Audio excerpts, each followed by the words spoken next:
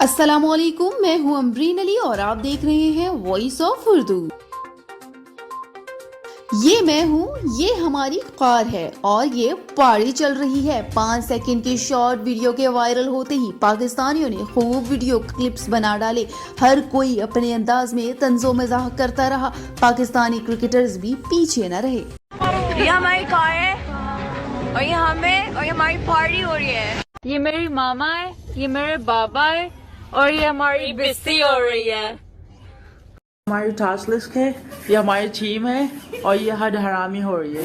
ये मेरा बाइक है और ये मैं हूँ और इसकी ट्यूब फारिग हो गई है। ये हमारा पेन है, ये हमारी बुक है और ये हमारे पेपर की तैयारी हो। ये मैं हूँ, ये मेरा केक है और ये हमारी पार्टी हो रही है।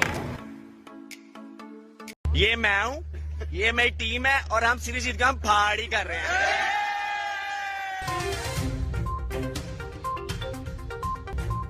मजीद खबरों के लिए विजिट कीजिए हमारी वेबसाइट www.voiceofurdunews.nl या फेसबुक पेज पर क्लिक करें। आप हमारे यूट्यूब पेज को सब्सक्राइब करके भी मजीद वीडियोस देख सकते हैं। देखते रहिए वॉइस ऑफ उर्दू।